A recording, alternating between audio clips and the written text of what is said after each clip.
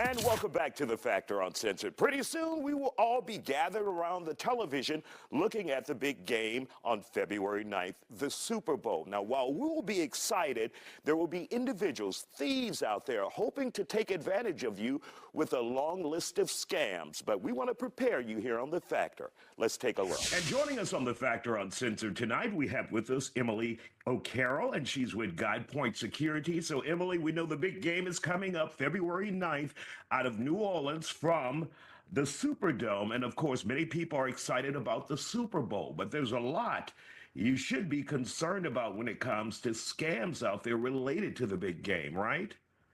Correct. A lot of folks, a lot of viewers.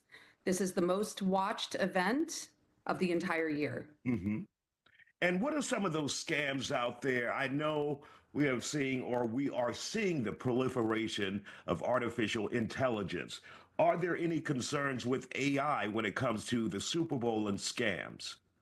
Yes, absolutely. When we look at the Super Bowl, we see two major threat vectors. One being the physical threat vector because of the attention that the Super Bowl gets.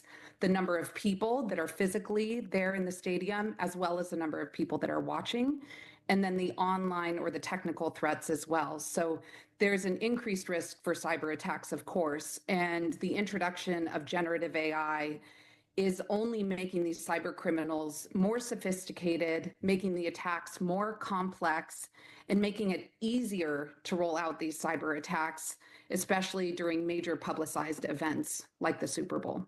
Now, Emily, I remember a time when people would call us, and the Super Bowl was here in the city of Houston, and people would call the newsroom and said, we got fake tickets. We bought these tickets for hundreds of dollars. But now things are much more complicated, much more sophisticated than a physical ticket. Correct. So one of the major differences this year is things are becoming more and more digital. The fan experience is entirely digital now. They're using, everything is online. They're using biometrics in some cases to recognize ticket holders and things like that. The online gambling experience related to the NFL games and the Super Bowl in particular, data is out there and is digitized for fans, for players, for employees of the NFL, which only increases the risk of cyber attacks.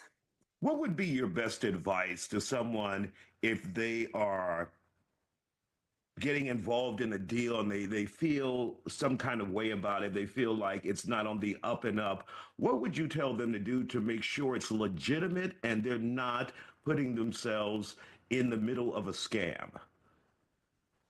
Number one, take your time. Be cautious as you're proceeding, but these are exciting times, right? People get very excited for the Super Bowl, and cyber criminals tend to play to people's emotions.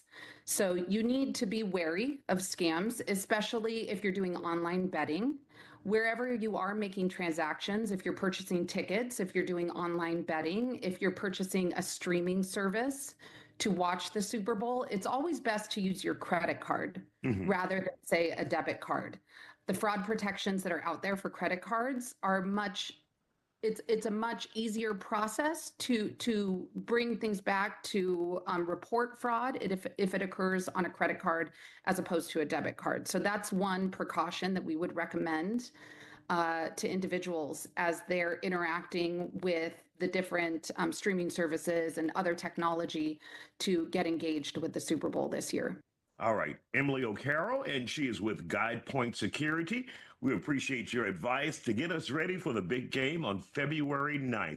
Thank you so much, Emily. We appreciate your time here on The Factor Uncensored.